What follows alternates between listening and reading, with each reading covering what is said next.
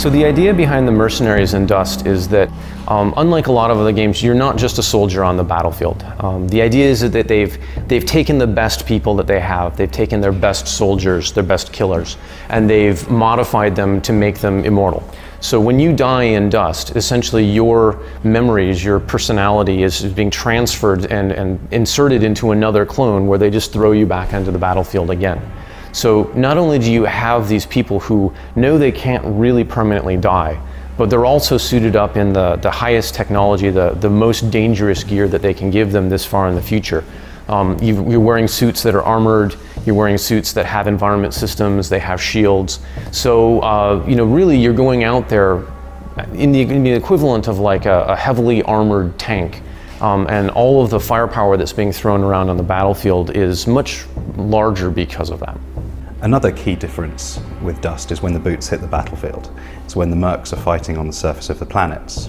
You know, typically in an FPS game, you pick roles. You know, you're the rocket guy, you're the sniper guy, you're the assault guy, and everyone knows what everybody else has. Within Dust, we have a system called fitting, which is much more akin to an RPG style system. Now, this really allows the players to take ownership of their character and their roles. They can create different fits to suit different tactics on the battlefield and also to respond to the changing behaviors of others.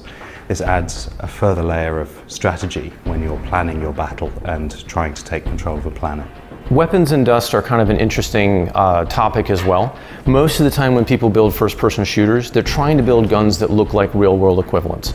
However, the mercenaries in Dust are not actually like humans.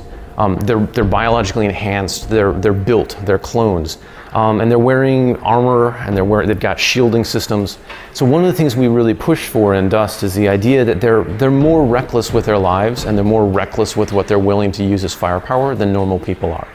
So one of the good examples is the Galente race tends to focus on blasters. And blasters are essentially a plasma technology. You're accelerating stuff into a plasma state, wrapping it in a magnetic bottle, and then throwing at people to light them on fire.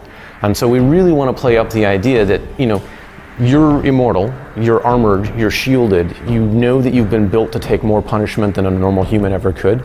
And so when you're firing a blaster, you don't care about the fact that it's throwing plasma everywhere, it's probably heating up the surrounding to incredible degrees, and that any normal human that wasn't armored and shielded, just picking up the gun and shooting it would light them on fire.